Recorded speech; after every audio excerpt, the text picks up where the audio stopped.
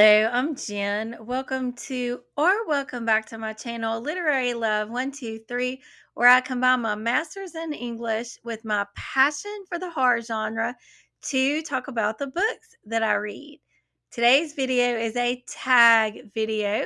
This is the Spring is in the Air tag. This is an original tag created by Uncommon Reader and Beyond Books, and I was tagged by Cliff at Cliff's Dark Gems. I will link all of their channels down in the description box below. So after this quick intro, I'll be right back and I will be doing Spring is in the Air tag.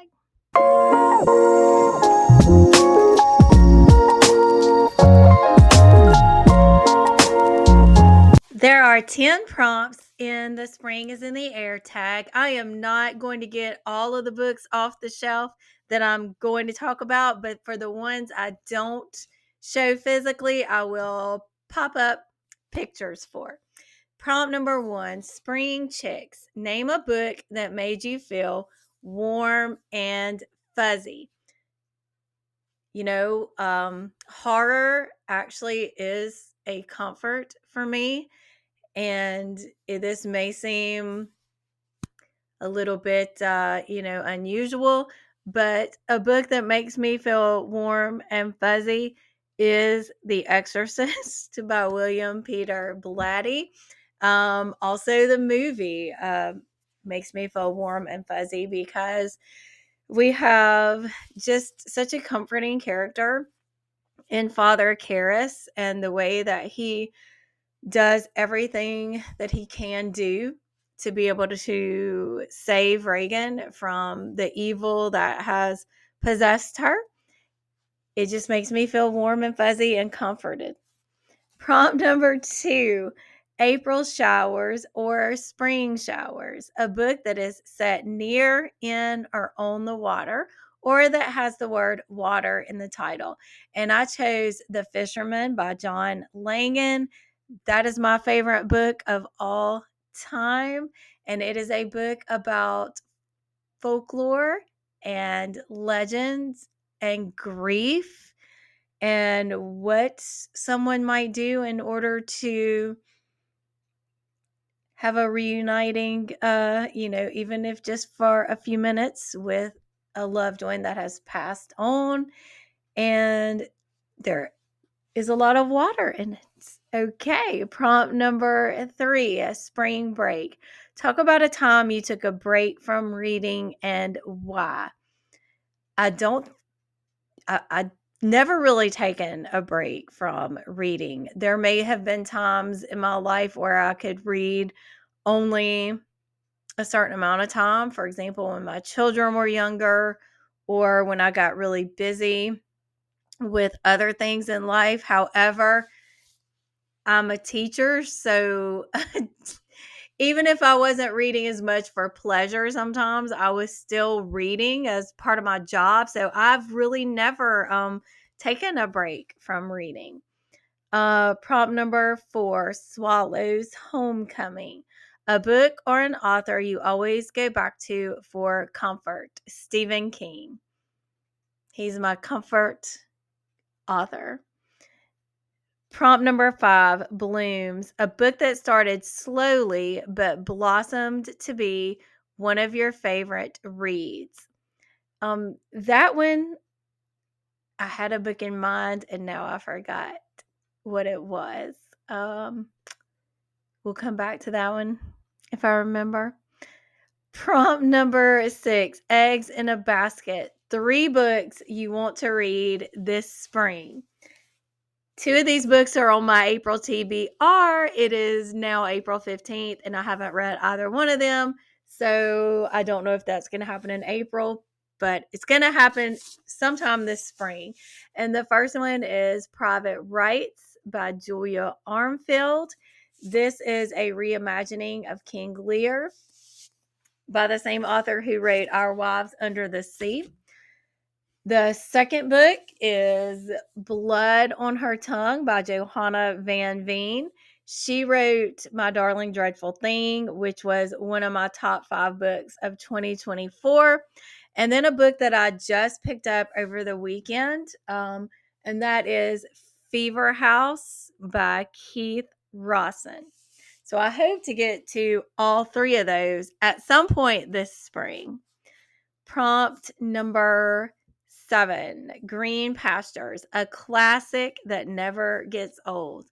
If you follow my channel, you probably know the answer, and that is Frankenstein by Mary Shelley. It is my favorite classic, and this is an edition I just picked up over the weekend at a used bookstore, and it's my 7th edition of Frankenstein. I like to collect different editions, and this one is the Norton Critical edition, and it also has annotations in it from the previous owner that I found out as I was, checking out with this book. The owner of the bookstore told me that this was part of a package from a professor who had recently passed away. And he left all of his books to this local used bookstore. So not only do I have someone's personal annotations, they are the personal annotations of an actual professor. So I'm really excited about that. Prompt number 8, Pollen, a book or author you're allergic to.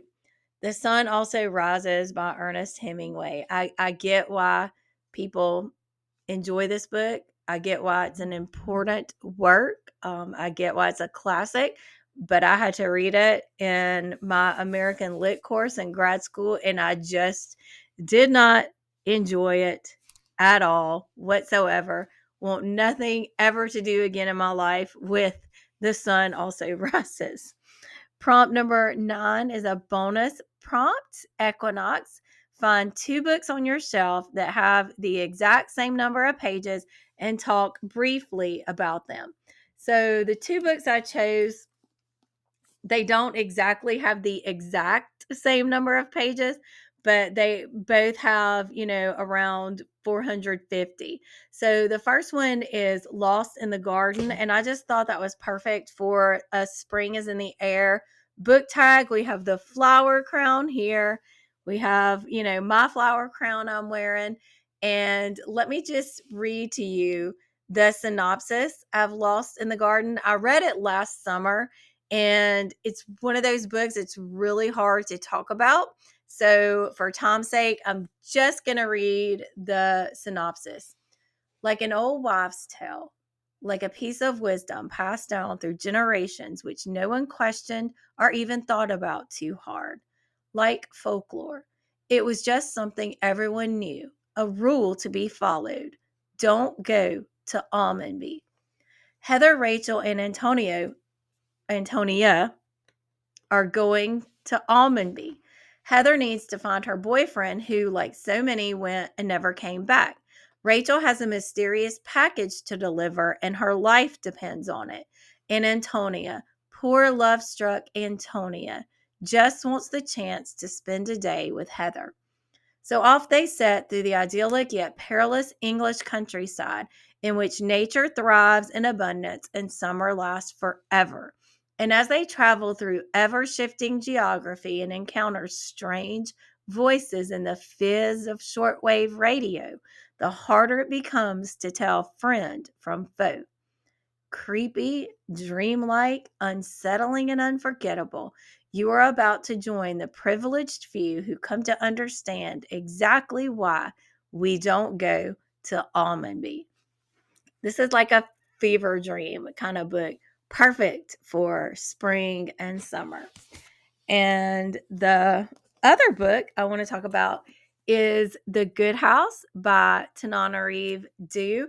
I read this 4 years ago for the first time, and it really opened up my eyes to what a horror writer could do in terms of conveying emotion, depth, richness. I was already reading horror when I picked up The Good House, but it just gave me another kind of angle through which to, I could approach horror. Because Tananarive Due uses language in such a compelling way to propel the plot, to create deep, rich characters. And this is about a woman who has to go back to her childhood home to confront painful experiences she had there. She's lost her only child. Her grandmother was a very important part of her life. And when she goes back to revisit this house where her son took his own life, where she saw her grandmother experience different types of trauma, she has to confront not only that, but a very threatening entity and very sinister force that is going to destroy not only her and her family, but everyone in this area. And it has some very unsettling, creepy imagery, passages that actually gave me chill bumps because I was so scared by them. So that wraps up my spring is in the air tag, other than prompt number 10, which is to tag others. And I'm not going to tag anyone specifically, but if you see this tag and you want to participate in the spring is in the air tag, please do so. If you do participate, please tag me so I can watch your video. And be sure also to tag Uncommon Reader and Beyond Books, who created the Spring is in the Air tag. Thank you so much for watching, and I will see you in the next video. Bye. Wait, don't go yet. I forgot to go back and do the prompt that I couldn't remember my answer for. Prompt number 5 is Blooms, a book that started slowly but blossomed to be one of your favorite reads. The Terror by Dan Simmons. I read this in January. I will link that vlog down in the description box below. But this has a great deal of history because it is historical fiction. And initially I was thinking I was going to get too bogged down in all of the history and the descriptions that go into great details about ships and about the Arctic landscape and about ships stuck in the Arctic landscape. However, once I got into the story, I could not put the book down. So this is a book that blossomed to be one of my favorites after a slow start. Now, thank you once again for watching, and I'm really going to go now. Bye for real.